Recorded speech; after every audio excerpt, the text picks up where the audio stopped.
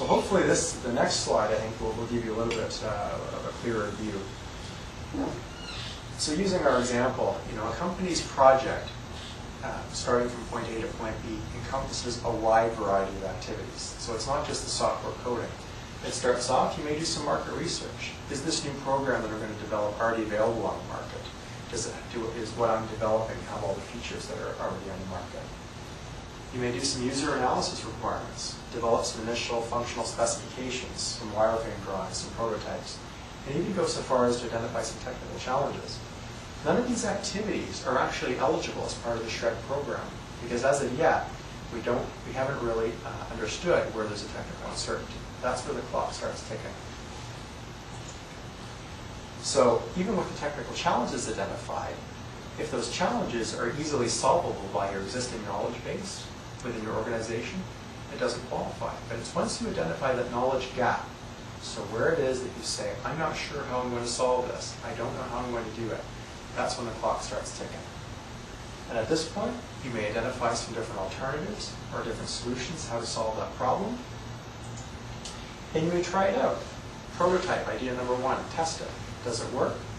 In this particular example, well, idea number one doesn't work at all, and we're going to discard that idea. So you create another prototype. And this time it functions, but it's unstable. You may create a third prototype. And this time it functions, but it doesn't scale for a large amount of users. But you decide to adopt this in the interim. It's a working model, it's functional. Great, we can adopt this short term. That's where the SR&ED stops. So once you've developed the resolution to your technical uncertainty, SR&ED ends. So the remaining part of your project, you may do some of that GUI development, routine debugging, routine quality assurance, marketing, user manuals, release and distribution. None of those activities are going to be eligible. So SR&ED is a subset of the entire project. That's really the message that I want to convey to you with this. Now, that said, you may release your product to production, release it to the market, and guess what? It doesn't work. There may be some issues with it out there. I'm sure that happens quite often. But at that point, again, if you've got some technical uncertainties that resolve in that knowledge gap, the SR&ED process can begin again. Okay. So, we've talked a little bit about what can qualify. How do you actually get money back from this program? Well, you do that by claiming some of the expenditures associated with developing that innovation. And that could include salaries and wages of some of the development personnel, contractor costs if you're outsourcing design or testing for a lot of the work that you do, materials costs that may get consumed during prototype builds. Now, for software development, it's generally not applicable, but if you're in the IT hardware business, you definitely may have some prototypes that are built and scrapped as a result if they don't work properly. You can claim materials. Lease costs and capital expenditures, if they're used primarily for development purposes, can also be claimed. So these are the types of costs that you can claim. Now, how much can you actually get back? Well, it depends. In fact, there's a number of different factors the amount you get back depends on. It depends on the type of expenditure, which one of these we're talking about, your corporate structure. If you're a private corporation or a public company or a foreign-owned company, that actually affects the amount that you can get back. And the province that you're operating in. All of the different provinces actually have different refund rates. So a number of different factors, and there's some additional financial factors that can influence the size of your claim. So as an example, in Ontario, for a private corporation, labor dollars spent for development activities, you can actually get 68.5% back. So if you're investing $100,000 in salaried labor to develop a product and it's eligible activity, you can get $68,500 back. So I want to convey to you, it's not trivial, it's actually quite significant. For contractor costs, so for most of you who are working to contract for IT development, your costs can be claimed at 41.5%. Now, these refund rates differ, as I mentioned. If you're a public company, for example, or a foreign-owned company, the refund rates are roughly half. And the rates that I show here are an aggregation of the federal and provincial refund rates. So clearly, it's optimal to be claiming in terms of salaried labor, being a private corporation in Ontario. Now, there are some important timelines that I want to talk about for filing a claim.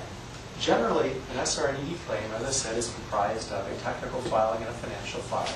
and they're generally submitted with the corporation's tax return. And that generally means it's within 6 months of the company's fiscal year end. And if that's done and you're a private corporation, generally you can expect to get your money back within 120 days. If you don't file with your taxes, you file what's called an amendment, and it's generally 240 days to get your money back. And if you're a public company or a foreign-owned company, it can actually be longer yet. So it is definitely best to submit with your taxes. You get your money back much faster, and it reduces your chance of an audit. Now, the important timeline that I want to talk about is the deadline date. Companies have 18 months after the end of their fiscal year to be able to submit a claim. Now, this has some important significance. Let's talk about this with an example. Let's say a company has a fiscal year end of June 30th, 2008. 18 months from that date is December 31st, 2009. So a company has up until December 2009 to be able to file a claim for the year ending June 30, 2008. So anything from July 07 to June 08 can be claims. You can actually go back, very far back in time for a lot of the work that you've done and actually submit a claim. So not only could this company submit a claim for the year ending June 2008, but also for June 2009. So you can actually submit 2 claims at once if you do it before December 2009 in this particular example. And that adds up to a significant amount of refund. Now, the government is not going to give money to companies for free. We do have some expectations. And this is where you, as IT consultants, can help organizations maximize their claims. First of all, if salaried labor is being employed, if you're an employee of the company, the government does expect documentation in terms of the amount of time that you spent working on these eligible activities. And this can be done in the form of timesheets, it can be done on a software system, a spreadsheet, but the best actual method is, believe it or not, is hard copy paper sheets. And I know that's not as optimal in an IT environment here, but they are probably the most contemporaneous documentation that's available. That you can't simply create hours at the end of a fiscal year. It's very difficult to fabricate that. But really the type of system that you use is whatever is best within your corporate culture.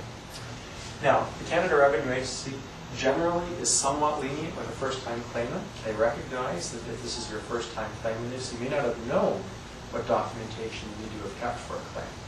But, and that's, at times they may be lenient, but in general, in future claims, the government will require a much more rigorous tracking system to be in place. You must be able to track your hours for a successful claim in the future.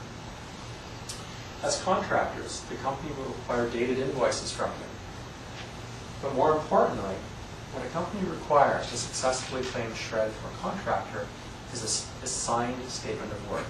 And what that statement of work does is it defines what is the work that you're doing for the company in a detailed manner. So it's not generic, it's not I've hired you to do coding, but I've hired you to do a specific task. And ideally that statement will use some words like designing, testing, evaluating, things like that. And probably most importantly on a statement of work is the transfer of the right to claim the SR&ED expenses.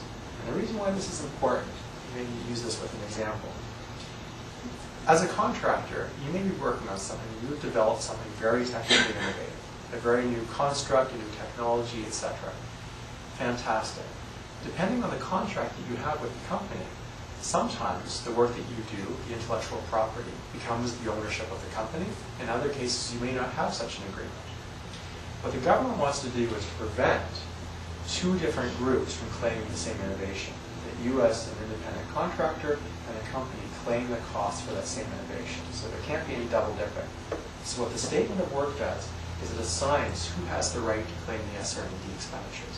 And generally that's what the company, that the contractor is hired for. But if there is no such agreement, and you have no agreement that says the intellectual property is the ownership of the company, as an independent contractor who's developed that technology, you may be able to claim SR&ED yourselves.